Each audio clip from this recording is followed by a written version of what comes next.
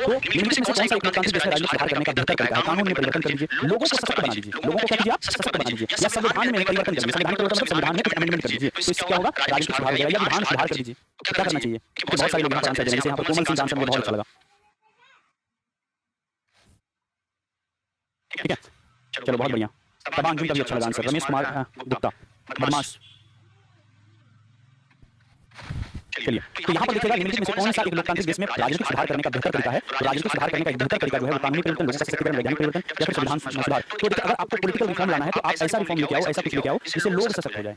कानून में परिवर्तन करने से पॉलिटिकल रिफॉर्म नहीं होगा। संवैधानिक परिवर्तन तो करेक्ट आंसर होगा कि लोगों का सशक्तिकरण बहुत जरूरी है। एक लोकतांत्रिक देश में अगर लोग सशक्त हो जाए तो फिर ऑटोमेटिक जो है ना यहाँ पर क्या होगा? रिफॉर्म हो जाएगा। नेक्स्ट,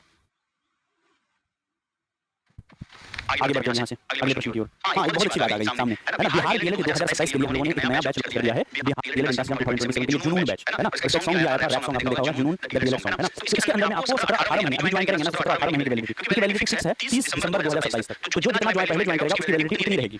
किसी का 30 दिसंबर 2027 सबका बैच एक्सपायर होगा, लेकिन कोई अगर अभी ज्वाइन करेगा 17-18 महीने मिलेगा, कोई 6 महीने बाद ज्वाइन करेगा तो उनको 1 साल की वैलिडिटी मिला के बचती है। तो पहले ज्वाइन करने से फायदा है, और फी तो अभी लॉन्चिंग में और फायदा है कि फी कम हो रही है। मात्र 699 की बैच है, लेकिन इसमें 200 का डिस्काउंट चल रहा है लॉन्चिंग ऑफर। मात्र 499 रुपए में ना से पूरी आपको पढ़ाएंगे 2027 डीएलएड एंट्रेंस की पूरी सिलेबस, वो भी अलग ढंग से बिल्कुल नया तरीके से पढ़ाएंगे, और इसमें लगभग 4-5 महीने क्लास चलेगी और पूरा ए टू जेड पढ़ाने वाले हैं। टेस्ट भी मिलेगा आपको, जिसमें आपको 20 से ज्यादा फुल लेंथ टेस्ट होगा। लगभग यहाँ पर 350 से ज्यादा क्लास होने वाला है। 15,000 से 17,000 क्वेश्चनों का प्रैक्टिस करने वाले हैं हम यहाँ पर, है ना? तो इस तरह से आपको full length test daily class है। ऐसा नोट्स बना के देंगे जो अभी तक ना बना होगा वैसा नोट्स, एक बेहतरीन नोट्स, बिहार डीएलएड के बेहतरीन नोट्स, नए वाले क्वेश्चन जो आएंगे उसके आधार पर क्या पैटर्न में चेंज मिलता है, इस साल के एग्जाम में चेंज होगा। उस नई रणनीति के साथ 2027 का नया नोट्स आएगा, बिल्कुल नए सीरीज का निर्माण करेंगे। इसकी क्लासेस जो है वो 30 अगस्त से शुरू हो रही है, परंतु इसका जो डिस्काउंट कोड है, कूपन कोड है ना, 200 का डिस्काउंट वाला, ये केवल 30 जून तक लगेगा। तो यही 30 जून से पहले आपको इस बैच के लेने से 200 रुपए बचत होगी, प्लस इसमें आपको वैलिडिटी भी जो है आपको ज्यादा मिलता है 30 दिसंबर तक मिलेगा आपको। ठीक है, ये जुनून बैच है जो ऐप से आप ले सकते हैं, जरूर से लर्निंग इंस्टॉल करके रजिस्टर कीजिए और पेज को सेक्शन में आ जाकर आज ही अपने लिए जुनून बैच को कूपन कोड लगा करके मात्र 499 रुपए में परचेज कर सकते हैं। और स्कैनर होना चाहिए, यहाँ के स्कैनर मांग करके भी आप ज्वाइन हो सकते हैं। आइए अब सिर्फ सवाल करेंगे, भरतपुर पक्षी अभयारण्य जो है ये कहाँ पर है? कौन से राज्य में है भरतपुर पक्षी अभयारण्य? ये राजस्थान के अंदर में, है ना? कहाँ पर है भाई? राजस्थान के अंदर। सांभर लेक कहाँ पर है? कई बार सवाल पूछता है, तो बताइए सांभर लेक कहाँ पर है? सांभर झील भी आपको राजस्थान के अंदर में मिलेगा। कहाँ पर मिलेगा? राजस्थान के अंदर। ठीक है, चलो आगे बढ़ते हैं। ठीक है, नेक्स्ट कहते हैं कि जब नदी मैदान में प्रवेश करती है तो ये मुड़ जाती है और बड़े मोड़ बना करके बहती है, इसको क्या कहते हैं? है ना? जब नदी मैदान में प्रवेश करती है तो ये जाती है और बड़े मोड़ बना करके बहती है। तटबंध पार का मैदान निशर्क बोलते हैं, या फिर चांप झील के नाम से जाना जाता है, तो उसको हम लोग क्या बोलते हैं? निशर्क बोलते हैं। तो जैसा होता है ऐसे ऐसे। ठीक है, आगे बढ़ते हैं। कहते हैं 1 सेंटीमीटर बराबर 1 किलोमीटर है, तो ये सही प्रतिनिधि भिन्न क्या होगा? यानी आपको एक पर है, सब में एक है, यानी 1 सेंटीमीटर को बनाना है, उसको सेंटीमीटर में बदल दीजिए भाई। अब ये बताइए किलोमीटर में कितना होता है? 1000 मीटर होता है तो 3 शून्य इसका हो गया, और 1 मीटर में 100 सेंटीमीटर होता है तो 2 शून्य इसका हो गया। तो जोड़ लीजिए, 5 शून्य किसमें है? 5 शून्य इसमें आंसर हो जाएगा 90। ये सवाल कितना इजी है? ठीक है, हाँ। सामाजिक संविदा पुस्तक किसकी है? सामाजिक संविदा पुस्तक किसकी है?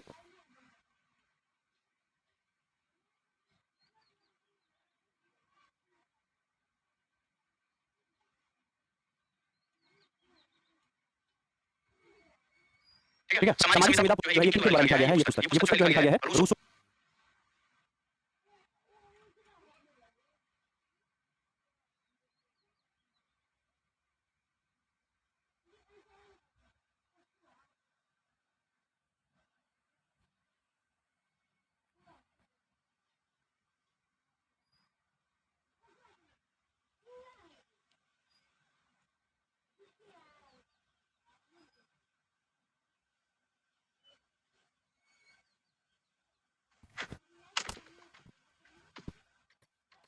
बैटरी चार्ज नहीं है भाई, आज तुम मजाक तो नहीं हमारे साथ? हाँ, कि मन चंचल दिन उदास है तुम्हारा? हाँ, वही तो बोल रहे हैं, तुम्हारा मन चंचल है आज।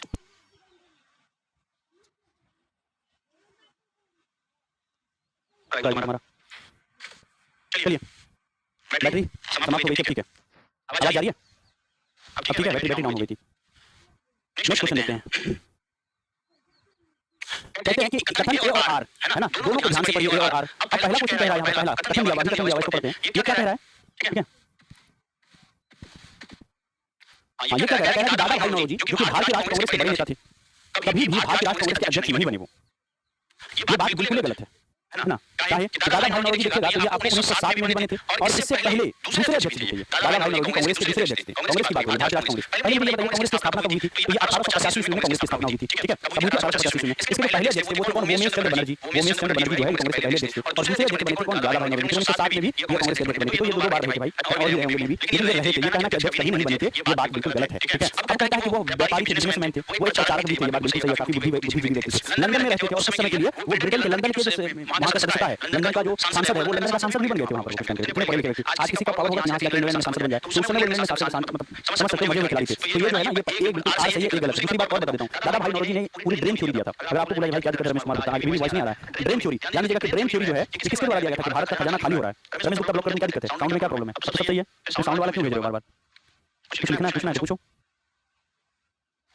चलो तो ये ड्रीम थ्योरी इन्होंने दिया था। दूसरी बात दादा भाई नौरोजी ने अपनी किताब भी लिखी थी, उस किताब का नाम था poverty and un-British rule in India, poverty and un-British rule in India, ये इसकी किताब थी, सुन लीजिए कागज में लिख लीजिए। दूसरी बात कि दादा भाई नौरोजी ने ही प्रति व्यक्ति आय की खोज इन्होंने किया था, ठीक है, प्रति व्यक्ति की खोज है ना, राज्य की आय की खोज इन्होंने किया था, क्लियर है। तो इस तरह से था। अगला क्वेश्चन देखिए, इस क्वेश्चन को बनाइए, प्राथमिक शिक्षा के मौलिक अधिकार को संविधान में कब जगह दी गई, यानी शिक्षा को मौलिक अधिकार जो है वो कब बनाया गया था, मतलब संविधान में कब जगह दिया गया, मौलिक अधिकार को संविधान में कब जगह दी गई, प्राथमिक शिक्षा के मौलिक अधिकार को कब जगह दिया गया था, कौन से साल में उसको दिया गया था, ठीक है।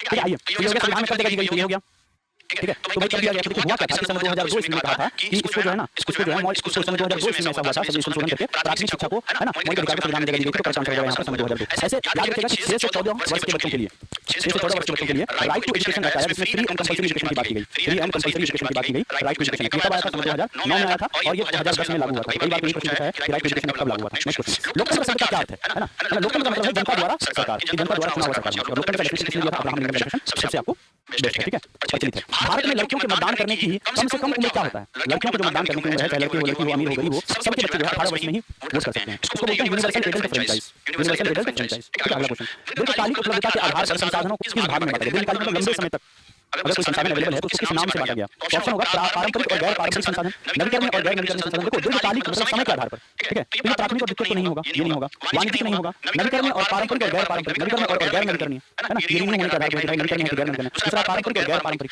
तो दीर्घकालिक आधार पर जो है इसको नवीकरणीय और गैर नवीकरणीय आधार पर बांटा गया, ठीक है। नेक्स्ट क्वेश्चन, एग्जांपल दे सकते हैं कुछ नवीकरणीय, जैसे कि कोयला हो गया, ये एक क्या है, सॉरी जैसे सौर ऊर्जा हो गया, ये एक नवीकरणीय संसाधन है। जैसे कोयला हो गया, कोयला ये एक गैर नवीकरणीय संसाधन है, ठीक है, और ये सौर ऊर्जा क्या है, नवीकरणीय संसाधन हो गया, ठीक है। आगे बढ़ते हैं।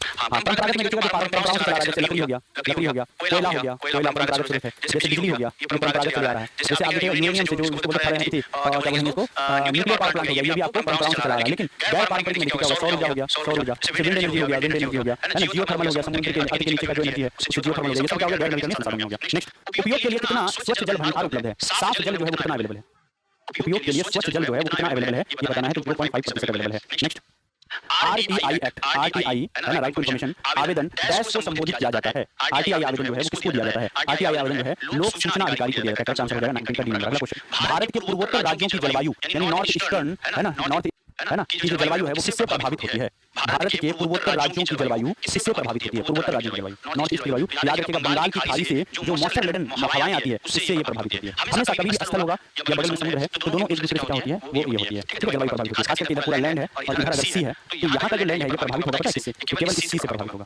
ठीक है।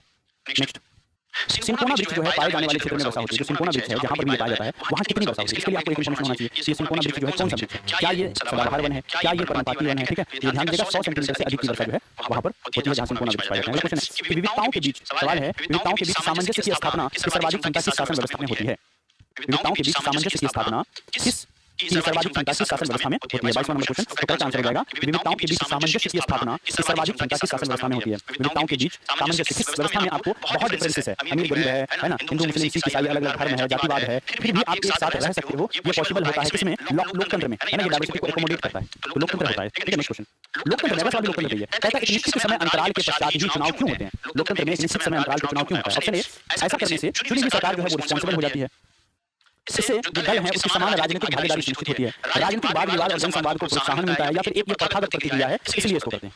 निश्चित समय पर चुनाव जो है वो बीच बीच में क्यों कराया जाता है ना, ये बताना है आपको, ठीक है। तो ये कोई भी व्यक्ति होगा तो यहाँ इस बात से समझ नहीं होगा कि ये पहले परंपराओं से चला रहा है इसलिए हम 5 वर्ष के करते हैं, 5 वर्ष के क्यों करते हैं, 2 साल 3 साल 1 साल क्यों नहीं करते हैं, ठीक है। तो डी नंबर सही नहीं होगा, जहाँ जहाँ डी है पहले उसको कर दीजिए, आंसर हो जाएगा ए बी और सी।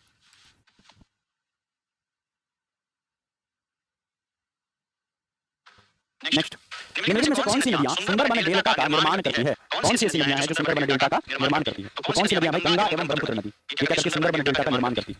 ठीक है, बहुत बढ़िया। अगला क्वेश्चन देखते हैं।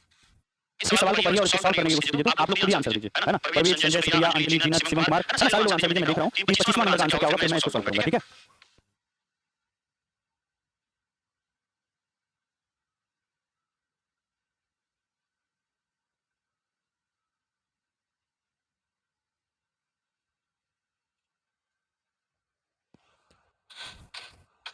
ठीक है। चलो श्वेता कुमारी, ये आपका नाम। 25वां नंबर क्वेश्चन को पढ़िए। क्वेश्चन कहता है कि डैश एक मान्यता है कि बहुसंख्यक समुदाय को अल्पसंख्यकों की इच्छाओं और जरूरतों की उपेक्षा करके किसी भी तरह से देश पर शासन करने में सक्षम होना चाहिए। डैश का एक मान्यता है कि कौन सा वाद ये मानता है, कौन सा ये लोग, कौन सा सिस्टम ये मानता है कि बहुसंख्यक समुदाय को अल्पसंख्यकों की इच्छाओं और जरूरतों की उपेक्षा, यानी अल्पसंख्यक क्या फील कर रहा है, उसकी क्या इच्छा है, क्या जरूरत है, उस सबको मत सुनिए और किसी भी तरह देश पर शासन करने में आप सक्षम होते रहिए। ठीक है, ये कौन सा मानता है? ये बहुसंख्यकवाद कहता है, जो हमेशा अल्पसंख्यक के खिलाफ होता है। जो मेजोरिटी होता है वो माइनॉरिटी का हमेशा, ये जो मेजोरिटरिज्म है ये कहता है मेजोरिटरिज्म, माइनॉरिटी का ख्याल में रखिए, शासन में बने रहने जो करना पड़े सो कीजिए। आगे, किस संविधान संशोधन के अनुसार लोकसभा का कार्यकाल 6 वर्ष किया गया था? यानी देखो जिस समय क्या हुआ था, इमरजेंसी चल रही थी देश में, 1975 में इमरजेंसी शुरू हुआ था, उसी समय 1 साल बढ़ा दिया गया था लोकसभा का। चुनाव बीच में करना था तो इंदिरा गांधी ने कहा कि हम चुनाव नहीं कराएंगे, इस देश का हालत सही नहीं है, तो एक संविधानिक संशोधन लाकर के 1 साल का कार्यकाल बढ़ा दिया गया था। और ये सब कुछ किया गया था 42वां संविधान संशोधन 1976 के द्वारा। ठीक है, क्योंकि ये तो 1978 में हुआ, तब तक इमरजेंसी का खत्म हो चुका था। ठीक है, नेक्स्ट क्वेश्चन कहते हैं कि प्रति वर्ग किलोमीटर व्यक्तियों की औसत संख्या को संदर्भित करने के लिए किस शब्द का उपयोग करता है? यानी 1 किलोमीटर स्क्वायर के एरिया में कितना व्यक्ति रहता है, इस बात को कहने के लिए कौन सा कांसेप्ट है, कौन सा शब्द है? या देखिए जनसंख्या घनत्व कहते हैं। जब एक भाग में जितना, एक भूभाग में जितने लोग रहते हैं, है ना, उसका जो पर किलोमीटर में निकाला जाता है, 1 किलोमीटर स्क्वायर में कितना लोग रहते हैं, वही जो है उसका जनसंख्या घनत्व निकलता है। और इस तरह से देखिएगा तो बिहार का जनसंख्या घनत्व जो है, बिहार का ये आपको नंबर 1 है। कैसा नंबर 1 है जनसंख्या घनत्व? कितना है? 1106 व्यक्ति है। जबकि नेशनल एवरेज देखिएगा तो ये आपको कितना मिलेगा? 382 व्यक्ति मिलेगा। ठीक है, अगला सवाल। अब देखिए यहाँ पर समझने वाली बात है, जो मॉनसून का नाम होता है ना वो इस तरह से होता है कि जिधर से वो आता है ना वही इसका नाम हो जाता है, नॉर्थ साउथ ईस्ट वेस्ट। तो यहाँ पर देखिएगा ये वाला जो है ना, इधर से जो मॉनसून जाती है हमारे भारत के अंदर में, है ना, उसको हम लोग कैसे समझ सकते हैं? ऐसे समझ सकते हैं। ठीक है, ऐसे समझ सकते हैं कि हमने इसको भारत बना दिया और ऐसा कर दिया, तो ये भारत के अंदर में ऐसा करके घुसता है। अब ये जो घुस रहा है इसका क्या नाम देंगे? यहाँ साउथ है, यहाँ वेस्ट है, इस डायरेक्शन से आ रहा है, जिधर से जाता है इसका नाम होता है, क्योंकि साउथ वेस्ट डायरेक्शन से आ रही है भारत, तो इसका नाम हो जाएगा साउथ वेस्ट मॉनसून, या फिर इसको बोलेंगे दक्षिण पश्चिम मॉनसून, दोनों में से जो कहिए। ठीक है, अब कैसा इसका आगमन कब से होता है? 1 मई को आता है क्या बारिश? 1 जून, 1 जुलाई, 1 अगस्त, जून में आता है, तो कई बार जो है 1 जून के आसपास ही आता है। आंसर होगा 28 का बी नंबर। अगला क्वेश्चन, फ्रांस की क्रांति के समय वहां का राजा जो है वो कौन था? जब फ्रांस की क्रांति हो रही थी तो वहां का राजा कौन था सर जी? जब फ्रांस की क्रांति हो रही थी वहां का राजा लुई 16वां था। ठीक है, और फ्रांस की क्रांति कब हुई थी? 1789 में फ्रांस की क्रांति हुई थी। नेक्स्ट क्वेश्चन कहते हैं कि भारत में किस जलमार्ग को प्रायद्वीपीय भारत का जलमार्ग कहा जाता है? भारत में किस जलमार्ग को प्रायद्वीपीय भारत का जलमार्ग कहा जाता है? या लिखिएगा गोदावरी नदी को प्रायद्वीपीय भारत का जलमार्ग कहा जाता है। भारत में किस जलमार्ग को प्रायद्वीपीय भारत का जलमार्ग कहा जाता है? तो ये आपको गोदावरी नदी। गोदावरी नदी जो है गंगा के बाद दूसरी सबसे बड़ी नदी है और ये प्रायद्वीपीय भारत की सबसे पहली लंबी नदी है। ठीक है, नंबर 1 पर आती है ना। बिहार डीएलएड के क्लास कल से जो है हम लोग एक ऐसे चैनल पर करेंगे जिसका कमेंट में हमने 3 दे दिया है, और अगर आप इसको फ्री YouTube पर खोजना चाहते हो डायरेक्ट ड्रीम्स ऑफ डीएलएड या ओनली ड्रीम्स ऑफ डीएलएड लगा कर सर्च करेंगे तो आपको मिल जाएगा। ठीक है, और ये टेलीग्राम ग्रुप है, इसको ज्वाइन कर लीजिए। इसका स्कैनर मैं यहाँ दे देता हूँ, ये आपको डीएलएड वाला ग्रुप है, इसको स्कैन करके ज्वाइन कर लीजिए, और ये आपका डीएलएड वाला यूट्यूब चैनल है, इसको स्कैन करके यूट्यूब चैनल ज्वाइन कर लीजिए। ये ऐप का स्कैनर है, इसको स्कैन करके आप ज्वाइन कर सकते हैं। इनमें से कौन जो है बाजरा है ना, बाजरा कौन है? 21वां नंबर का आंसर हो जाएगा, है ना, ज्वार, रागी, मक्का, या फिर एक से ज्यादा? आंसर होगा एक से ज्यादा। नेक्स्ट, भारत में श्वेत क्रांति के पिता के रूप में किसे जाना जाता है? मैंने कहा था सुबह भी कराया था, व्हाइट रेवोल्यूशन का जो है ना काफी पूछा जाता है। ठीक है, व्हाइट रेवोल्यूशन जो है ना वर्गीस कुरियन, करेक्ट आंसर क्या होगा? वर्गीस कुरियन आंसर होगा, व्हाइट रेवोल्यूशन है वर्गीस कुरियन। आगे बढ़ते हैं। मानचित्र में नीले रंग ब्लू जो लाइन होता है वो किस भाग को दिखाता है? ब्लू, है ना, आज ब्लू है पानी, पानी किसको दिखाएगा? जल को दिखाएगा। ठीक है, बहुत बढ़िया, आगे बढ़ते हैं। नाजी विचारधारा भारत में स्वास्तिक शब्द किसका प्रतीक है?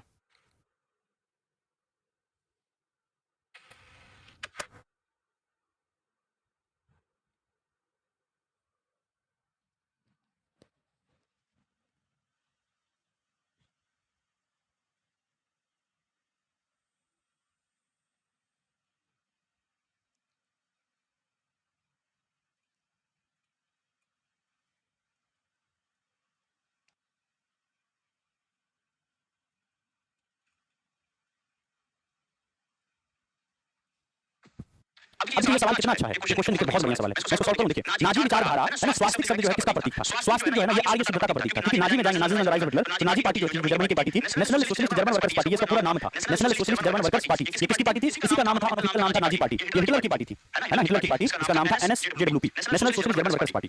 ठीक है, अगला क्वेश्चन, अब अगला सवाल, तारीख दाऊदी नामक पुस्तक के लेखक कौन है?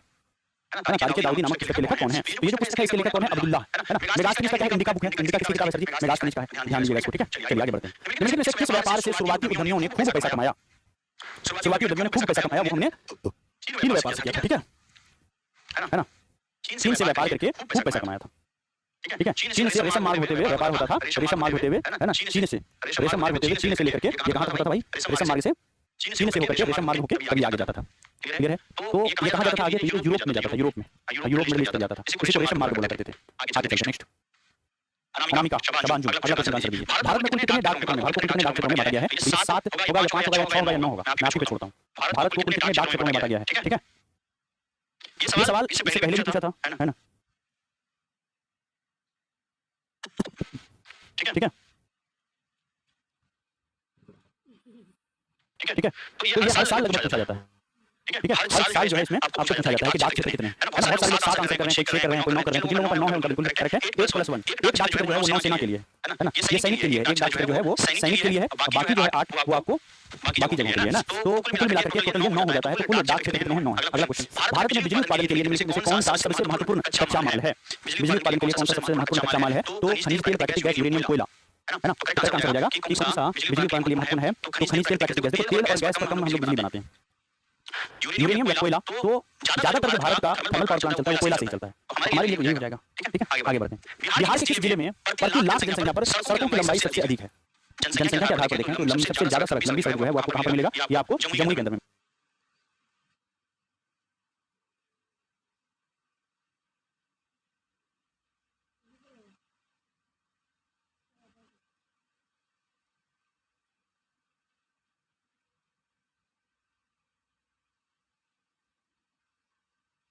लोकतंत्र का अर्थ यह नहीं है, क्या नहीं है भाई लोकतंत्र का अर्थ? लोकतांत्रिक अधिकार, चुनाव, हिंसा या फिर विविधता का समायोजन। देखो लोकतंत्र तो विविधता का समायोजन कर ही लेता है। लोकतंत्र में चुनाव भी होता है, लोकतांत्रिक अधिकार भी होते हैं, लेकिन लोकतंत्र में हिंसा नहीं होना चाहिए। ठीक है, अभी तो बंगाल के अंदर कितना हिंसा हो रहा है, पोल पोस्ट वायलेंस, पोल इलेक्शन के बाद जो वायलेंस है वो यहाँ पर आपको देखने को मिल रहा है। ठीक है, आगे बढ़ते हैं। कहते हैं है ना, ये वीवीआई रिवीजन बैच है, इनको भी भाई डीएलएड के अंदर में थोड़ा कॉन्फिडेंस कम लग रहा है, तैयारी नहीं हो पाई है या नहीं पढ़े हैं, सच में नहीं पढ़े थे, बहुत मेहनत की अपना नोट्स बना के केवल वही नोट्स पढ़िए। अगर सच में कुछ नहीं पढ़े थे तो अपना सारा स्क्रीन नोट्स प्रिंट करा लीजिए और उसके पीछे के क्वेश्चंस को लगा लीजिए वन बाय वन और उसका रिवीजन 4-5 रिवीजन कर लीजिएगा। टेस्ट लगा लीजिए 4-5 कम से कम 10 5-6 टेस्ट जितना लगा सकते हैं हर दिन एक टेस्ट लगाइए और लास्ट में 2025 और 24 का क्वेश्चन 25 का 4-5 क्वेश्चन प्रिंट कर लीजिएगा और उसको बैक पे घर पे जो है सारा लगा लीजिएगा। ठीक है, खुद से इतना काम आपको कर लेना है और बैच की फी बहुत मामूली है, सिर्फ 299 रुपए में। अगर इससे आप 7-8 दिन बैच में पढ़ लेते हैं 7 दिन 8 दिन तो आपके 15-20 नंबर को आसानी से बढ़ जाएंगे। ठीक है, आगे बढ़ते हैं। ये भारत फाउंडेशन बैच जिनका भी मैथ, रीजनिंग, जीके, जीएस जो है वो भारत फाउंडेशन बैच को ज्वाइन कर सकते हैं। ठीक है, आइए आगे बढ़ते हैं। ये आपको 199 रुपए मात्र में डीएलएड का आपको फुल नोट्स के सीरीज, आप चाहें तो ये 299 वाला मत लीजिए, है ना? 299 वाला ना लें, 100 रुपए आपका बच जाएगा। अगर आपको वीडियो की जरूरत नहीं है तो आप ये वाला बैच के साथ जा सकते हो, जिसमें कि नोट्स और टेस्ट सीरीज दोनों है। बिहार डीएलएड कामयाब बैच की नोट्स टेस्ट सीरीज, नोट्स और टेस्ट सीरीज वाला बैच ले सकते हैं, इसमें वीडियो नहीं होगा। मात्र 199 रुपए में ये कल ही बैठा है तो 100 रुपए आपका बच जाता है। तो थोड़ा दिमाग लगाइए, अगर 100 रुपए बच रहा है तो कहां गलत है? अगर वीडियो नहीं चाहिए तो मत लीजिए 299 वाला। कहता पहला संथाली जिसने अंग्रेजों पर हथियार उठाया था वो कौन थे? पहला संथाली जिन्होंने अंग्रेजों पर हथियार उठाया था। प्राइस कम हो गया भाई, 199 रुपए मात्र हो गया। पहला संथाली जिन्होंने अंग्रेजों पर हथियार उठाया था वो कौन से थे? ठीक है, पहला संथाली जिसने अंग्रेजों पर हथियार उठाया था वो कौन से थे? है ना? तो करेक्ट आंसर क्या होगा? तिलका मांझी, है ना? इन्होंने अंग्रेजों पर हथियार उठा लिए थे। अगला क्वेश्चन, काजीरंगा नेशनल पार्क। मुझे लगता है ये सवाल मैंने बहुत बार कराया है और ये इंपॉर्टेंट भी है ये सवाल। अगर ये सवाल आपसे गलत हो जाए तो क्या कहने, इसको कहा नहीं जा सकता। तब ये सवाल भी आप गलत कर रहे हो।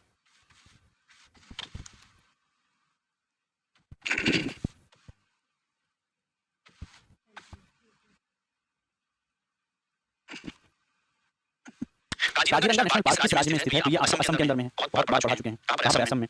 ठीक है, काजीरंगा में क्या चीज फेमस है? याद रखिएगा, एक सिंघा गेंडा, एक सिंह वाला जो गेंडा है वो फेमस है, एक सिंघा काजीरंगा में। ठीक है, आगे बढ़ें। सागौन मोनोकल्चर ने प्राकृतिक वनों को नुकसान पहुंचाया है। जिन क्षेत्रों में सागौन मोनोकल्चर के द्वारा हिंदी का क्लास भाई कल से करवा देंगे। ठीक है, आज एसएसटी मॉर्निंग में नहीं ले पाए थे, अवेलेबल नहीं थे, कल आपको एसएसटी लेंगे और सामने 1 घंटा हिंदी भी आप पढ़ेंगे। आप हिंदी का वन शॉट मैराथन क्यों नहीं देखते हैं हिंदी वाले बच्चे? तो हमने लास्ट ईयर वन शॉट कराया, dream saver teachers Hindi one shot आप लिख लीजिए, हो सके तो 2025 भी लिख लीजिए साथ में लास्ट ईयर वाला। आप देखिए ना 3-4 घंटे का हिंदी का, बहुत सारे लोग जाके वही वीडियो देख रहे हैं और वहां कमेंट कर रहे हैं सर आप हिंदी इतना अच्छा पढ़ाते थे, क्यों नहीं पढ़ाए हिंदी आप, है ना? कुछ क्लासेस ऐप पर हिंदी का लिए थे, यूट्यूब पर इस बार बहुत कम क्लास लिए हैं। वन शॉट पढ़ा दिए उसी को सब जाके देख लेता है, इसलिए इस साल नहीं पढ़ा पाए, नेक्स्ट सेशन में पढ़ाएंगे। ठीक है, थोड़ा प्रैक्टिस करा देते हैं चैप्टर आपको, 2-3 दिन में पूरा हिंदी कंप्लीट करा देंगे और आप वो वन शॉट देख लीजिए जिसको हमने 4-5 घंटे में बहुत अच्छे से सारा कर दिया। जैसे सागौन मोनोकल्चर ने प्राकृतिक वनों को नुकसान पहुंचाया है ना? तो करेक्ट आंसर होगा कहां पर? दक्षिण भारत में। कहां पर नुकसान पहुंचाया? दक्षिण भारत में नुकसान पहुंचाया। अगला क्वेश्चन है 2011 की जनगणना के लिए, कहता है 2011 की जनगणना अनुसार बिहार में साक्षरता दर के संदर्भ में निम्नलिखित में से कौन से कथन जो है वो सही है? साक्षरता दर के संबंध में कौन सा कथन सही है? बिहार की आधी से ज्यादा आबादी जो है वो निरक्षर है। 2001 से 11 की अवधि के दौरान बिहार में साक्षरता दर में 10 की सबसे कम वृद्धि हुई है। बिहार की आधी से ज्यादा आबादी निरक्षर है। ठीक है, 2001 से 11 की अवधि के दौरान बिहार में साक्षरता दर में 10 की सबसे कम वृद्धि हुई है। कैसा कि साक्षरता दर जितने 10 साल में पहले हम लोग पा रहे थे उस हिसाब से 2001 से 11 के बीच में हमने उतना ज्यादा जनसंख्या, उतना ज्यादा हमने साक्षरता हासिल नहीं की जितना हम पहले किया करते थे। ठीक है, अब यहाँ पर देखिए, अब यहाँ पर देखिए क्या दिया हुआ है, यहाँ पर पूरा स्टेटमेंट दिया है, यहाँ पर होता है कि वन सही है कि टू सही है, है ना? ये गलत कर दिया किसी तरह से।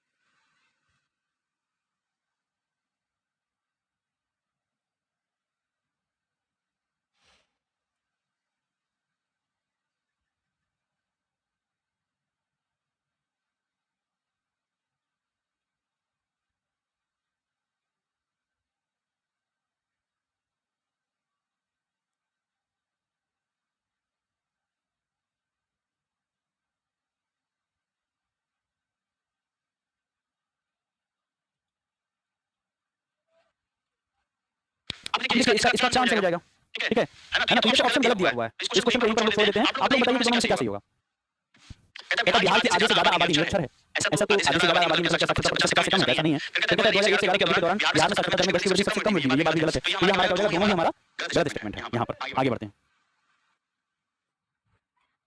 ठीक है। अगला कहता है इनमें से किसने कहा सभी मनुष्य समान बनाए गए हैं।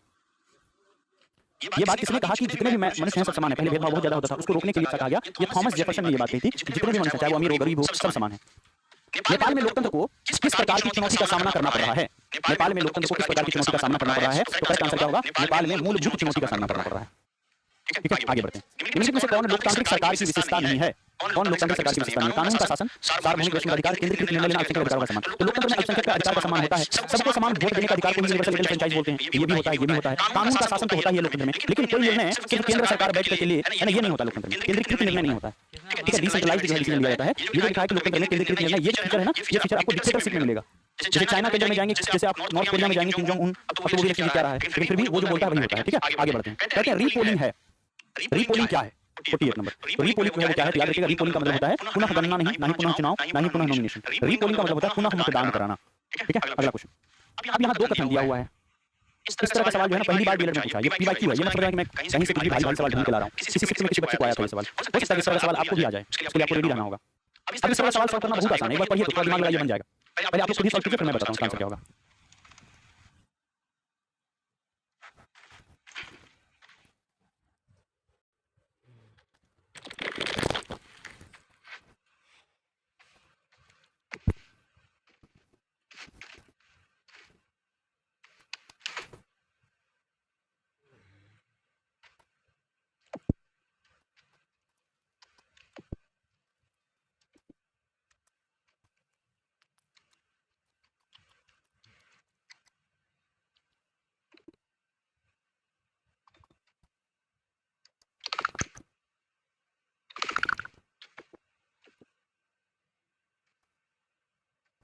देखो डीएलएड के लिए ना है तो एनसीईआरटी का, एनसीईआरटी का है, लेकिन डीएलएड के लिए कोई एनसीईआरटी का इतना लाइन वाला याद करके नहीं जाता है, ठीक है।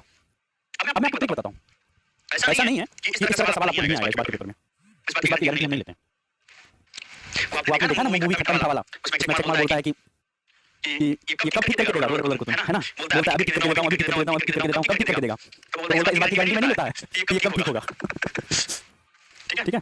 तो वही वाला हो गया, मैं इस बात की गारंटी नहीं लेता हूँ ये सवाल इस तरह नहीं आएगा, लेकिन इस तरह के सवाल को सॉल्व करना भी बहुत आसान है। इसके लिए आपको पढ़ना नहीं है, सिर्फ सवाल के लिए पढ़ के नहीं चलता, थोड़ा सा दिमाग लगा लेंगे ठीक हो जाएगा। कैसे, अब इसको दोनों को पढ़िए, मैं आपको समझाता हूँ कैसे सही होगा। देखो स्टेटमेंट पढ़ना ना आपको लगेगा ना इसमें ना कोई छटपट नहीं है, यहाँ भी लगेगा छटपट नहीं, दोनों लगेगा 7 मिनट का व्यक्ति, मैं पढ़ रहा हूँ देखना।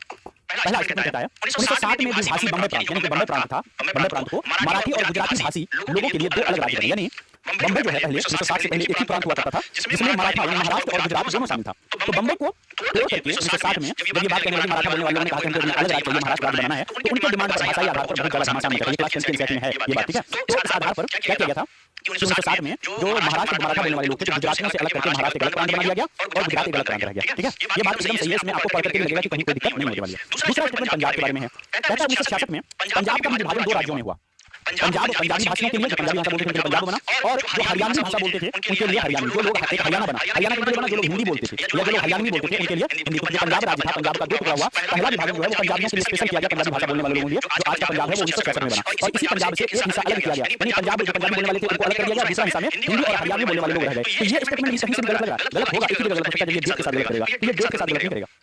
ये कंसेप्चुअल सवाल है, देश के साथ गलत इसलिए नहीं करेगा क्योंकि यहाँ देखो फिर ये झमेला कर रहा है, तो जितना झमेला करना होता है तो ये देश के साथ गलत नहीं करता है, ठीक है। ये अच्छे प्रश्नों की कैटेगरी में आता है प्रश्न, है ना, इसको सॉल्व करने थोड़ा 7 मन से रटा रटा वाला बुद्धि काम नहीं देगा। तो ये दोनों देखिए, दोनों स्टेटमेंट में कोई दिक्कत नहीं। अब बताओ ये जो अब यहाँ बताओ ए और आर दोनों सही है, लेकिन आर जो है एक ही व्याख्या नहीं कर रहा है, ये जो रीजन है यहाँ पर आर और ए है ना, तो ये होगा, ठीक है। तो ये आर जो है पहला कथन दूसरे कथन की किसकी कर रहा है, क्या इस घटना से ये घटना हुआ नहीं, दोनों इंडिपेंडेंट है, दोनों सही है, लेकिन दोनों एक दूसरे के लिए नहीं बनाया, मतलब दोनों एक दूसरे की व्याख्या नहीं करता है, तो करेक्ट आंसर हो जाएगा यहाँ पर। अब इस तरीके से इस अप्रोच के साथ जो बच्चों ने बनाया होगा उसको 1 नंबर मिल जाएगा,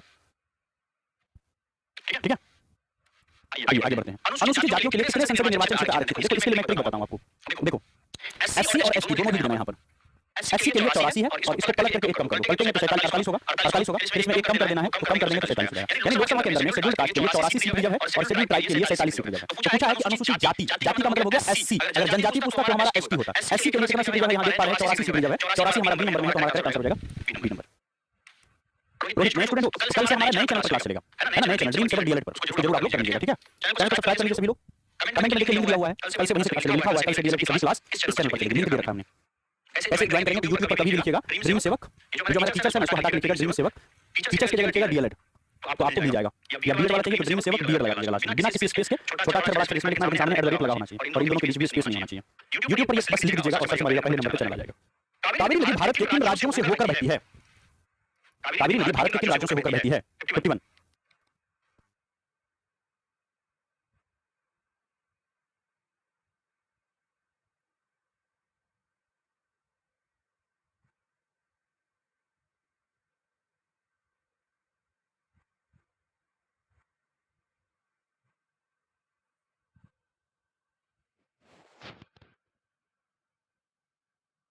कावेरी नदी भारत के किन राज्यों से होकर गुजरती है? बहुत अच्छा सवाल है। 51 करेक्ट आंसर क्या होगा सर जी? कहां से बहती है? तमिलनाडु और कर्नाटक, आंध्र प्रदेश और तमिलनाडु, तो आंध्रा नहीं जाती है, आंध्रा नहीं जाती है, आंध्रा नहीं जाती है, तो ये तमिलनाडु और कर्नाटक, ठीक है। कावेरी नदी का डिस्प्यूट है केरल, कर्नाटक और तमिलनाडु के बीच में, ठीक है। कहता है कि भारत के पहले चुनाव आयुक्त जो है वो कौन थे? ये सवाल बहुत इंपॉर्टेंट है, ये मेरे नोट्स में भी दिया हुआ है जो हमने आपको पढ़ाया बिहार बीएड के लिए, नोट्स में वही चीज है जो बहुत इंपॉर्टेंट है। तो याद रखिएगा भारत के प्रथम चुनाव आयुक्त कौन है? कौन थे? सुकुमार सेन, पहले चुनाव आयुक्त थे ये, सुकुमार सेन, ठीक है, पहले चुनाव आयुक्त। अगला क्वेश्चन, संघ सरकार का प्रमुख जो है वो कौन होता है? संघ सरकार का प्रमुख कौन होता है? 53 में संघ सरकार का प्रमुख कौन होता है? देखो सरकार, सीधा बात है, यानी कि सरकार का प्रमुख कौन होता है? याद रखिएगा जब भी सरकार होगी, वो भी अगर यूनियन गवर्नमेंट पूछ रहा है, सेंट्रल लेवल की गवर्नमेंट, उसका जो हेड होता है वो आपको प्रधानमंत्री होता है। अगर यही बात पूछता है कि राज्य सरकार का प्रमुख कौन होता है, तो आंसर क्या होता है? मुख्यमंत्री, ठीक है। अगर पूछेगा कि देश का प्रमुख कौन है, इस देश का प्रमुख प्रधानमंत्री नरेंद्र मोदी नहीं है, बल्कि राष्ट्रपति द्रौपदी मुर्मू है। देश का शासन व्यवस्था राष्ट्रपति के नाम पर चलता है। इंग्लैंड में महिलाओं को वोट देने का जो अधिकार है, एक साथ सबको वोट दे सकता है, वैसे मताधिकार जिसको बोलते हैं, बिना किसी भेदभाव के सबको वोट देने का अधिकार इंग्लैंड में, ये कब मिला था?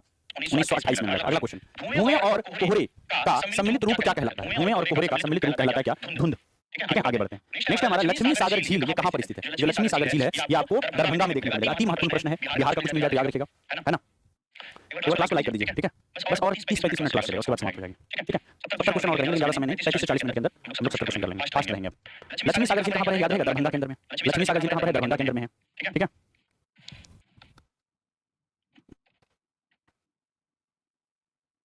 नेक्स्ट,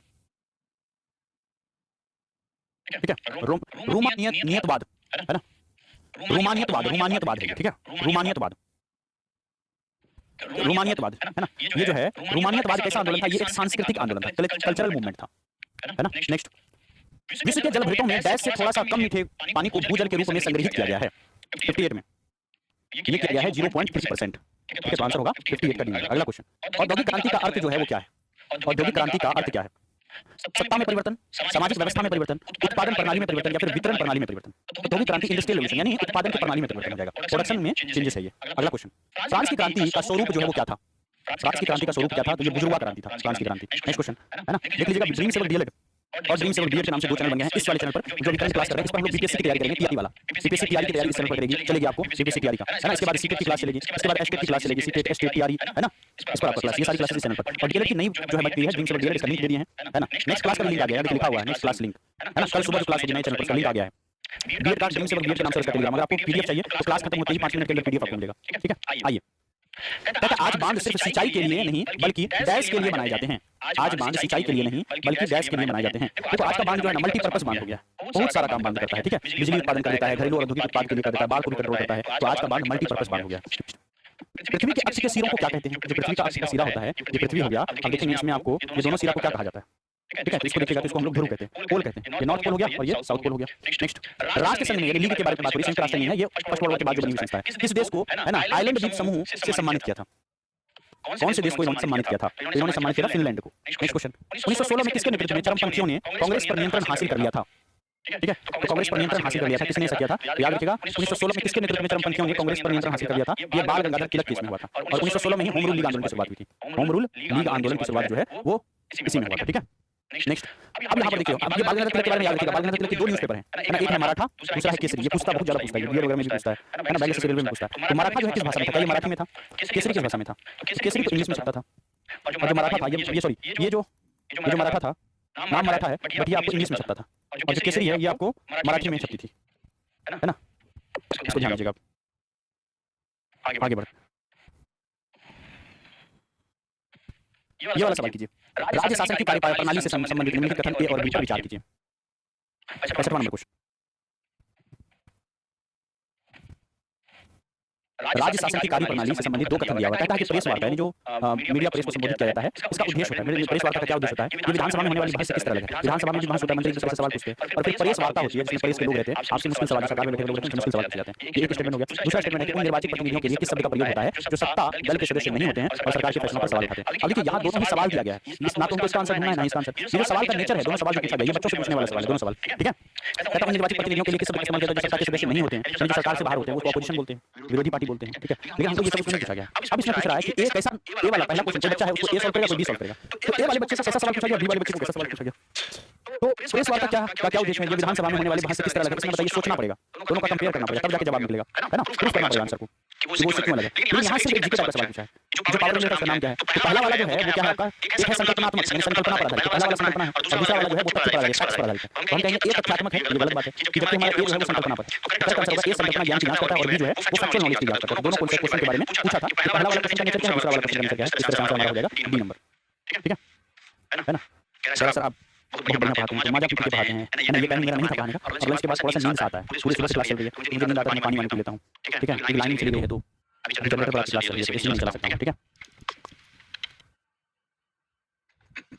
देखो भारत में 60% चीनी मिल है, कहाँ पर है। देखो बिहार में तो चीनी मिल बर्बाद हो गया, आप मानते हो इस बात को, है ना। बिहार का चीनी मिल तो ठप पड़ गया, बंगाल में तो है नहीं, बंगाल में आपको चाय की खेती होती है, चावल बहुत ज्यादा अच्छा होता है, और पटवा की खेती में ये लोग बहुत आगे हैं, जूट की खेती में आ गए। तो बंगाल भले इन सब में आज हो सकता है, लेकिन कहीं अगर बंगाल में चीनी का खेती होता है, नहीं मानूंगा, हम तो नहीं मानेंगे, कोई और मान लेके ठीक है ना। अब यहाँ पर देखिए दो और ऑप्शन दिया, एक मध्य प्रदेश दिया हुआ है, एक उत्तर प्रदेश दिया हुआ है। 60% मामूली बात नहीं है, आधा से ज्यादा चीनी मिल कहाँ पर है, आपसे ये पूछ रहा है। अच्छा एक चीज पता है कि यूपी के अंदर में सबसे ज्यादा चीनी, सबसे ज्यादा जो चीनी मतलब है गन्ना का उत्पादन यूपी के अंदर में होता है। तो कोई ऐसा ऑप्शन है जहाँ पर यूपी ना हो, यहाँ पर यूपी नहीं है, ये आंसर हो ही नहीं सकता है। जहाँ सबसे ज्यादा गन्ना होता है वही ना हो भाई, ऐसा हो सकता है, ठीक है।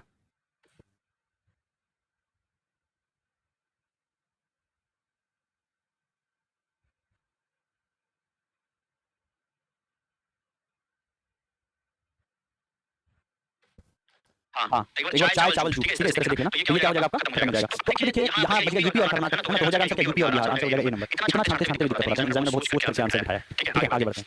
राष्ट्रपति 5 वर्ष तक अपने पद पर रहता है, राष्ट्रपति जो है 5 वर्ष तक अपने पद पर बना रहेगा, जब कहाँ कब से, देखो जिस दिन वो पद ग्रहण करता है उसी दिन से, अपने पद ग्रहण के दिन से। ये बहुत इजी सवाल है। मैं एक और सवाल आपसे पूछूं, सेम सवाल, राष्ट्रपति जो है, ये राष्ट्रपति के बारे में सेम सवाल पूछता हूँ, ये बताइए कि जो राष्ट्रपति है ना, ये 5 वर्ष तक अपने पद पर बना रहता है। राष्ट्रपति राज्यसभा के अंदर में कितने सदस्यों को मनोनीत कर सकता है, कितने सदस्यों को मनोनीत कर सकता है, कितने सदस्यों को मनोनीत कर सकता है, कितने सदस्यों को मनोनीत कर सकता है, ठीक है। राज्यसभा के अंदर कितने सदस्यों को मनोनीत कर सकता है, ठीक है।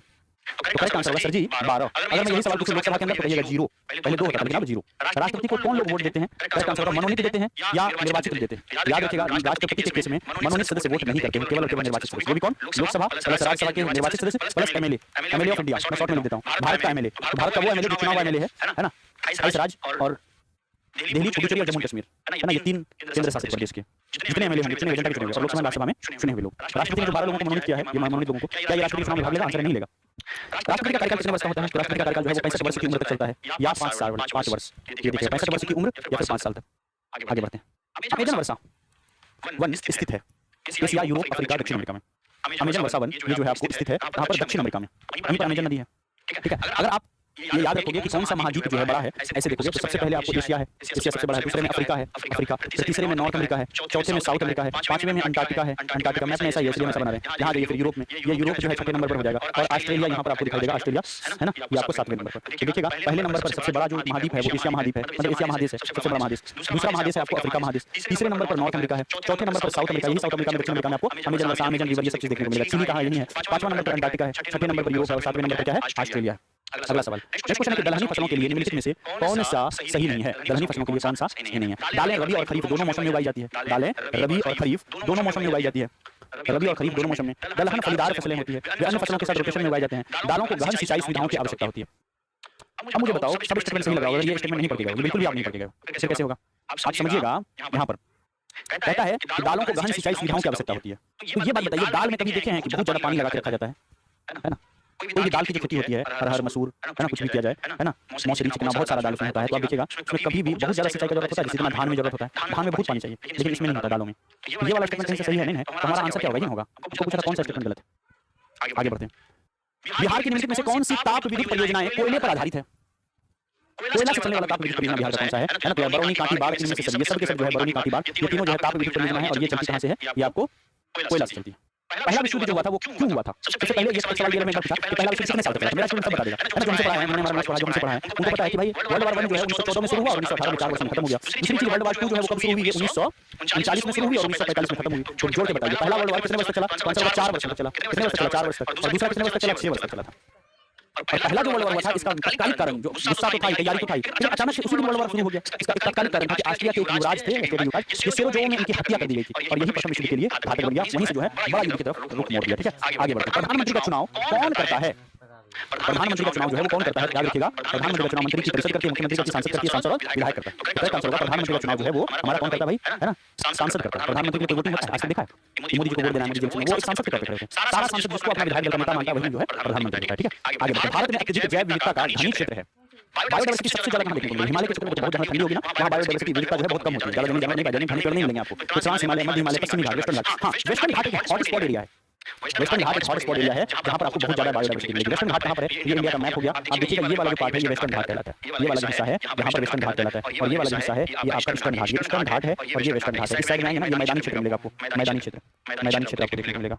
ठीक है, आइए आगे। कहते हैं कि जब औद्योगिक प्रक्रियाओं के स्वचालन के कारण बड़ी संख्या में श्रमिक बेरोजगार हो जाते हैं तो इस घटना को क्या कहते हैं? अब सवाल को फिर से समझिए। सवाल है कि औद्योगिक प्रक्रिया में स्वचालन के कारण, ऑटोमेशन के कारण, ऑटोमेशन मतलब ऑटोमेटिक मशीन आ गया, जैसे एआई आ गया, आर्टिफिशियल इंटेलिजेंस आ गया, ऑटोमेटिक मशीन स्वचालन आ गया, तो इन सब की वजह से स्वचालन या ऑटोमेशन के कारण बड़ी संख्या में श्रमिक बेरोजगार हो जाते हैं। तो इस घटना को क्या कहा जाता है ना? अगर फैक्ट्री के अंदर में कोई बदलाव किया गया है तो वो आपको संरचनात्मक बेरोजगारी कहलाएगा। वो मौसम की वजह से नहीं है, वो कोई छिपी हुई बेरोजगारी नहीं है, वो कोई चक्रीय बेरोजगारी नहीं है, वो आपका सिस्टम में बदलाव होने के कारण हुआ।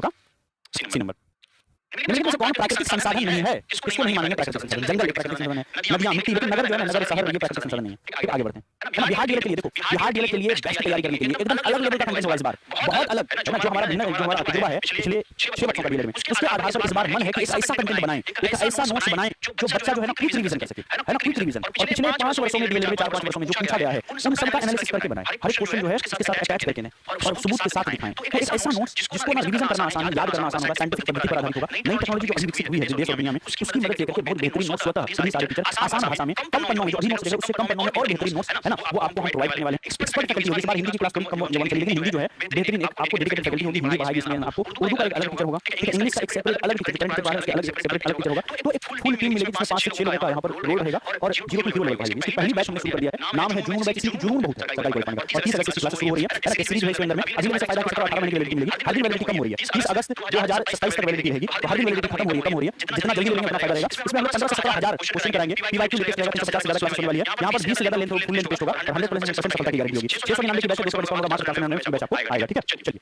आप अभी के लिए क्या कर सकते हैं 2026 वाले मात्र 199 में नोट्स प्लस टेस्ट सीरीज वाला ले सकते हैं। आइए अगले प्रश्न पे चलते हैं। सवाल है यहाँ पर नेक्स्ट क्वेश्चन कि विश्व व्यापार संगठन की स्थापना कब हुई थी, है ना? तो ये विश्व व्यापार संगठन डब्ल्यूटीओ की स्थापना हुई थी 1995 में और इसका पुराना नाम था GATT, general agreement on trade and tariff. ठीक है, आइए आगे बढ़ते हैं। नेक्स्ट, राष्ट्रपति द्वारा लोकसभा और राज्यसभा के लिए निम्नांकित सदस्यों की कुल संख्या जो है वो कितनी है? लोकसभा राज्यसभा के लिए निम्नांकित सदस्यों में से नामांकित सदस्य कितने थे? तो पहले लोकसभा में 2 थे, फिर राज्यसभा में कितने हो गए? 12 पहले था ये। अब क्या है? अब जो है लोकसभा में है 0 और यहाँ राज्यसभा में 12 है, राज्यसभा में अभी भी 12 है, तो ये 12 ही है। ठीक है, तो यहाँ पर 14 दिया हुआ है। पुरानी किताबों में हिसाब से पुराना क्वेश्चन उठाया वैसा ही है, तो ये होगा कितना? 12 हो जाएगा। आंसर हो जाएगा डी नंबर। या सी ही दीजिएगा तो सी ही देना दीजिए, लेकिन इसको 12 कर दीजिए, इसको काट करके आप 12 कर दीजिए, आंसर हो जाएगा सी। ठीक है, नेक्स्ट, मीठे पानी का लगभग 70% ग्रीनलैंड और दुनिया के पर्वतीय क्षेत्रों में बर्फ की चादरों और ग्लेशियरों के रूप में होता है। मीठे पानी का लगभग 70% ग्रीनलैंड और दुनिया के पर्वतीय क्षेत्र में, यहाँ क्या कहा जाएगा? अंटार्कटिका, साइबेरिया, अलास्का, रूस। 78 नंबर में करेक्ट आंसर हो जाएगा यहाँ पर अंटार्कटिका। 28 आंसर हो जाएगा। अगला क्वेश्चन है, किस आदिवासी नेता ने अंग्रेजों द्वारा लगाए गए वन कानूनों के खिलाफ बस्तर में विद्रोह का नेतृत्व किया था? वन कानून जो अंग्रेजों ने बनाया था उसके खिलाफ बस्तर में विद्रोह किया था। किसने विद्रोह किया था? बस्तर में जाकर विद्रोह किया था। ये गुंडा धूर ने किया था। करेक्ट आंसर होगा 79 का बी नंबर। अगला क्वेश्चन, विशिष्ट व्यक्ति और साधारण व्यक्ति के वोट का मूल्य जो है वो क्या होता है? एक होता है। वो खास या आम हो? लोकतंत्र में, भारत के अंदर में वोट का वैल्यू नहीं है। कहते प्रथम विश्व युद्ध मुख्य रूप से बैस में लड़ा गया था, लेकिन इसका प्रभाव दुनिया भर में महसूस किया गया था। पहला विश्व युद्ध मुख्य रूप से बैस में लड़ा गया था। तो पहला विश्व युद्ध जो है वो मुख्य रूप से कब लड़ा गया था? पहला विश्व युद्ध जो है वो मुख्य रूप से कहां लड़ा गया था? तो ये आपको एशिया में लड़ा गया था। 51 का आंसर हो जाएगा ए नंबर। ठीक है, आगे बढ़ते हैं। इनमें से कौन सा राष्ट्र कभी भी राष्ट्रसंघ का सदस्य नहीं था? कौन सा राष्ट्र जो है राष्ट्रसंघ का सदस्य नहीं था? तो यूएसए कभी भी लीग ऑफ नेशन का सदस्य बना ही नहीं है। अगला क्वेश्चन, अब यहाँ 2 दिया हुआ है, फिर वही वाला आ गया, एक क्वेश्चन ऐसा आएगा। अब इसको पढ़िए, दोनों क्वेश्चन पढ़िए, बहुत आसान होगा, इसमें फ्री में आंसर मिलेगा। पहला क्या है? रूढ़िबद्ध धारणाओं लोगों को ऐसे काम करने के लिए रोकती है जिनमें अच्छे हैं। रूढ़िबद्ध धारणाएं लोगों को ऐसे काम करने से रोकती है जिनमें वे अच्छे हैं। दूसरा, रूढ़िबद्ध धारणाएं हमें व्यक्ति में अनोखे गुणों और कौशल को देखने से रोकती है तथा उन्हें एक ही प्रकार के ढांचे में जड़ देती है। रूढ़िबद्ध धारणाएं लोगों को ऐसे काम करने से रोकती है जिनमें वे अच्छे होते हैं। रूढ़िबद्ध धारणाएं, जो रूढ़िवादी लोग होते हैं, उन लोगों को, है ना, कुछ यूनिक, कुछ नया करने से रोकते हैं। रूढ़िबद्ध धारणाएं हमें व्यक्ति में अनोखे गुणों और कौशल को देखने से रोकती है तथा उन्हें एक ही प्रकार के खांचे में जड़ देती है। तो दोनों सही है और आर एक ही पुष्टि करता है। ए वाली घटना इसलिए हो रही है कारण आर में दिया हुआ है, रीजन वो आर है, ठीक है, तर्क हमारा ये है। तो ए और आर दोनों सही है और आर एक ही सही व्याख्या करता है, तो आंसर हो जाएगा 83 का नंबर। 3 मिनट मार्क्स, इसमें कहीं रख के नहीं जाना, पढ़ के नहीं जाना है। भारत में लोकतंत्र की सफलता के लिए कौन से कारक आवश्यक है? लोकतंत्र को सफल बनाना है। लोकतंत्र का मूल आधार चुनाव है, जो प्रतिनिधियों के चयन की प्रक्रिया है। शिक्षा और राजनीतिक क्षमता के बिना लोकतंत्र स्थापित नहीं किया जा सकता है। न्यायिक व्यवस्था भी लोकतंत्र का एक स्तंभ है। ये सब सही है, आंसर हो जाएगा 84 का डी नंबर। नेक्स्ट क्वेश्चन, निम्नलिखित में से कौन एशिया की सबसे बड़ी ताजे पानी की झील है? एशिया की वुलर झील, है ना, वुलर झील जो है ये जम्मू एंड कश्मीर में है और ये एशिया की, है ना, एशिया की सबसे बड़ी खारे पानी की झील बताइए कौन सा है, फिर इसको कर लेंगे, है ना। तो याद रखिएगा, एशिया की सबसे बड़ी मीठे पानी की झील क्या होगी? वुलर झील, जम्मू एंड कश्मीर में। और एशिया की सबसे बड़ी खारे पानी की झील, अगर खारे पानी की झील पूछेगा तो वो चिल्का झील होगा। खारे पानी का झील सबसे बड़ा में क्या होगा? चिल्का होगा, चिल्का झील होगा, सबसे बड़ा खारी पानी की झील है। नेक्स्ट, भारत का सबसे पुराना तीर्थ क्षेत्र जो है ये कहां पर है? है ना, डिगबोई असम में सबसे पुराना है। इसका आंसर क्या होगा? डी हो जाएगा, ठीक है। चलिए आगे बढ़ते हैं। स्वतंत्र और निष्पक्ष चुनाव के लिए कौन सा शर्त नहीं है? नागरिकों की सक्रिय भागीदारी जरूरी है, तभी तो आपको स्वतंत्र और निष्पक्ष चुनाव होगा। उम्मीदवारों के बीच भेदभाव, तो भेदभाव करना जरूरी नहीं है। आंसर हो जाएगा हमारा बी नंबर। नेक्स्ट, भारत की पहली रेलगाड़ी कितने किलोमीटर के लिए चली थी?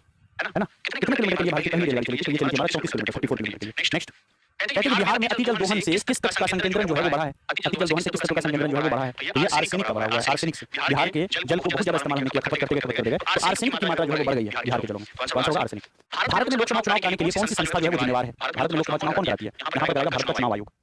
3 सदस्य बॉडी होती है, 1+2, ठीक है। आगे बढ़ते हैं, है ना। ध्यान दीजिएगा, बिहार डीएलएड की क्लास कल से जो नए चैनल पर चलेगी, कल ही आ गया है, नेक्स्ट क्लास शेड्यूल हो गई है, कल सुबह नए चैनल पर मिलेंगे। डीएलएड का अपना चैनल होगा, खुद का चैनल होगा डीएलएड का, आप सबका, जो लोग भी डीएलएड एग्जाम 2024 दे रहे हैं, आप सभी का अपना चैनल होगा, जिसमें सिर्फ डीएलएड वाले, बीएड वाले नहीं आएंगे। बीएड वालों के लिए भाई अलग रास्ता है, भाई अपने रास्ते पे जाओ, है ना, ड्रीम सेवर बीएड पे जाओ तुम, है ना, डीएलएड पे नहीं आना है। ये सिर्फ आपका अपना खुद का चैनल, है ना, ड्रीम सेवर डीएलएड। आइए आगे बढ़ते हैं, स्कैन करके जुड़ जाइएगा।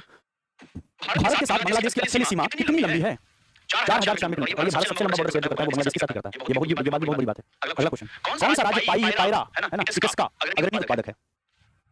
92। याद रखिएगा, ये जो है पायराइट्स का, है ना, ये दो तीन अलग-अलग करके लिख दिया है, इसको ऐसे समझिए कि ये पूरा होगा पायराइट्स का, पायराइट्स का अग्रणी उत्पादक कौन सा है? बिहार। अगला क्वेश्चन, अब्दुल मजीद जो है ये कहां का व्यापारी था? है ना, अब्दुल मजीद कहां का व्यापारी था जिन्होंने वास्को डी गामा बुलाया था? अब्दुल मजीद जो है वो भारत का व्यापारी थे। नेक्स्ट क्वेश्चन, कहते हैं कि पैमाने में मानचित्र की दूरी को रूप में भी माना जाता है। पैमाने में मानचित्र की दूरी को कैसे मापते हैं? इस रूप में जाना जाता है मानचित्र की दूरी को, है ना, इसको अंश कहते हैं, ठीक है। नेक्स्ट क्वेश्चन, ब्रिटिश औपनिवेशिक अधिकारियों ने वनों का उपयोग मुख्य रूप से निम्नलिखित में से किसके लिए किया था? वनों का उपयोग जनजाति की जीविका को कायम रखने के लिए किया था? नहीं। रेल स्टेशन की सुंदरता के निर्यात के लिए, बहुमूल्य लकड़ी बचाने के लिए, तो वो अपना काम चलाना चाह रहे थे। नेक्स्ट, भारतीय भूभाग विश्व के कुल भौगोलिक क्षेत्रफल का लगभग कितना प्रतिशत है? तो कुल भौगोलिक क्षेत्रफल का 2.4%। कहीं पर दिख रहा है आपको, है ना, तो ये आपको ये दिख रहा है 2.4%। नेक्स्ट क्वेश्चन, 1945 में यूएनओ के गठन का, यूनाइटेड नेशंस का गठन हुआ वो 24 अक्टूबर 1945 को हुआ।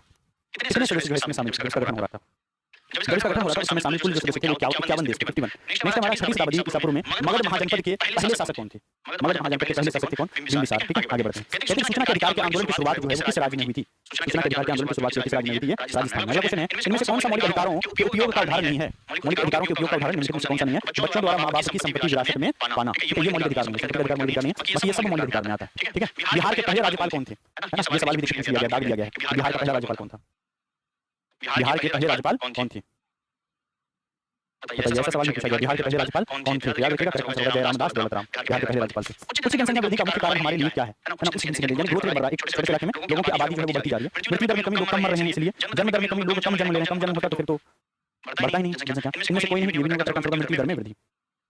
उच्च जनसंख्या वृद्धि का मुख्य कारण, है ना, उच्च जनसंख्या वृद्धि। अच्छा छोड़ो, ये गलत हो जाएगा आपका, मृत्यु दर में वृद्धि होगा, जनसंख्या डाउन होगा। हमको बोला उच्च जनसंख्या मृत्यु, उच्च जनसंख्या वृद्धि का मुख्य कारण है, वृद्धि का मुख्य कारण, तो मृत्यु दर में वृद्धि होगा तो फिर क्या होगा? जनसंख्या कम होगा, ये तो कम होगा। मृत्यु दर में कमी होगा अगर लोग कम मरेंगे, हाँ तो ये हो सकता है। जन्म दर में कमी, जनसंख्या कम हो जाएगा, ये होगा नहीं। करेक्ट आंसर होगा 102 का नंबर, जितने लोग भी दे रहे हैं सब करेक्ट है, ठीक है। आगे चलते हैं, कौन सी श्रेणी वनों और बंजर भूमियों की सरकार की निजी व्यक्तियों के समुदाय की है? ठीक है, करेक्ट आंसर हो जाएगा जो सकता है वो है आपका ओवरजीकृत वन। अगला क्वेश्चन, 17वीं शताब्दी में यूरोप के शहरों से व्यापारी ग्रामीण इलाकों में चले जाते थे। यूरोप के शहरों से ग्रामीण इलाके चले जाते थे, क्यों जाते थे ग्रामीण इलाका? क्या मिलता था उनको ग्रामीण इलाके जाके? है ना, किसानों और कारीगरों को अंतर्राष्ट्रीय बाजार के लिए उत्पादन के रूप में प्रेरित करने के लिए, वो धन की आपूर्ति कराने के लिए वो गांव तक जाते थे। नेक्स्ट, धार्मिक शिक्षा और विश्वास, तर्कसंगत शिक्षा और विश्वास के बीच, है ना, संघर्ष बुनियादी है कि पहचान की विशिष्टता हो, ठीक है, ये होगा आपका पुनर्जागरण। नेक्स्ट, 106वां नंबर, धीरे-धीरे हम लोग आखिरी प्रश्न की ओर बढ़ रहे हैं। अब जस्ट बस 5 मिनट और क्लास चलेगी, मात्र 5 से 10 मिनट।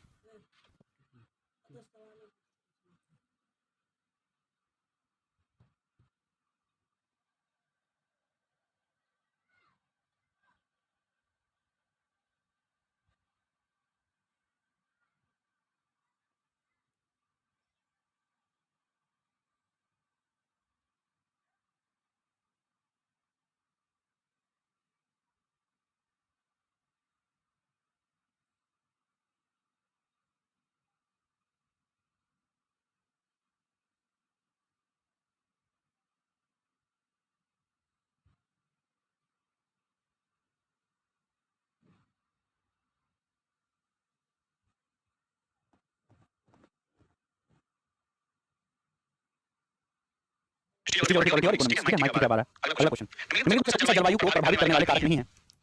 तो समुद्र से कोई जगह कितनी दूर है इससे जलवायु प्रभावित होती है।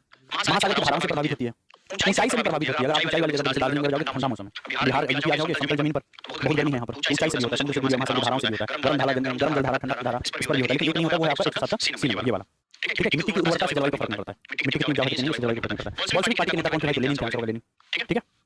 नेक्स्ट, कौन सी नियुक्ति भारत के राष्ट्रपति नहीं करते हैं? सेना प्रमुख को चुनते हैं, हाँ चुनते हैं। भारत के मुख्य न्यायाधीश को चुनते हैं, वायुसेना के चुनते हैं। लोकसभा अध्यक्ष चुनते हैं, राष्ट्रपति नहीं। क्यों? क्योंकि लोकसभा का सदस्य खुद ही मिलकर चुनते हैं। नेक्स्ट, जब हम लैंगिक विभाजन की बात करते हैं तब हमारा अभिप्राय होता है, ठीक है। करेक्ट आंसर क्या हो जाएगा? स्त्री और पुरुषों को दी गई असमान भूमिका, है ना, इस पर बात करते हैं। स्त्री और पुरुष के बीच अंतर नहीं बताएंगे, स्त्री और पुरुष में क्या क्या डिफरेंस होता है, क्योंकि समाज ने उसके साथ क्या असमान भूमिका दिया है उस पर चर्चा करते हैं। 1917 में कौन सा देश पहली विश्व युद्ध से अलग हो गया था? वर्ष अलग हो गया था 1917 में। देखो रूस अलग हो गया था, क्योंकि रूस के अंदर में 1917 में रूसी क्रांति चालू हो गई। रूस हाथ कर जोड़ दिया, बोला कि भाई हमसे पेट्रोल और अपने चलेगा, ठीक है, वो अलग हो गया। अगला क्वेश्चन है, ग्रामीण समाज में संपत्ति का सबसे महत्वपूर्ण संसाधन और रूप कौन सा है? ग्रामीण समाज में करेक्ट आंसर हो जाएगा कृषि भूमि। नेक्स्ट क्वेश्चन, गंगा नदी की लंबाई जो है वो कितनी है? 2525 किलोमीटर। आखिरी के 7 सवाल, संयुक्त राष्ट्र के निकाय का नाम बताइए जो संसद की तरह कार्य करता है, उसका नाम हो जाएगा महासभा, और ये लघु संसद भी कार्य कहलाती है, दुनिया की लघु संसद, है ना, ज्यादा करने की जरूरत नहीं। आगे बढ़ते हैं। नेक्स्ट, विकास की स्थिति के अनुसार संसाधनों को डैश रूप में वर्गीकृत किया जा सकता है। विकास के आधार पर देखेंगे तो संसाधनों को हम लोग, है ना, ये सब आधार पर हम लोग मान सकते हैं। आंसर होगा ये सभी। नेक्स्ट, कहते हैं निम्नलिखित में से कौन सी फसल भोजन और चारे के रूप में प्रयोग की जाती है? तो भाई मक्का को ना भोजन और चारा दोनों के तौर पर आप इस्तेमाल कर सकते हो, अच्छी खासियत है इसमें। नेक्स्ट, सिंगरौली राज्य का सबसे बड़ा कोयला क्षेत्र कौन सा है? सिंगरौली किस राज्य का है?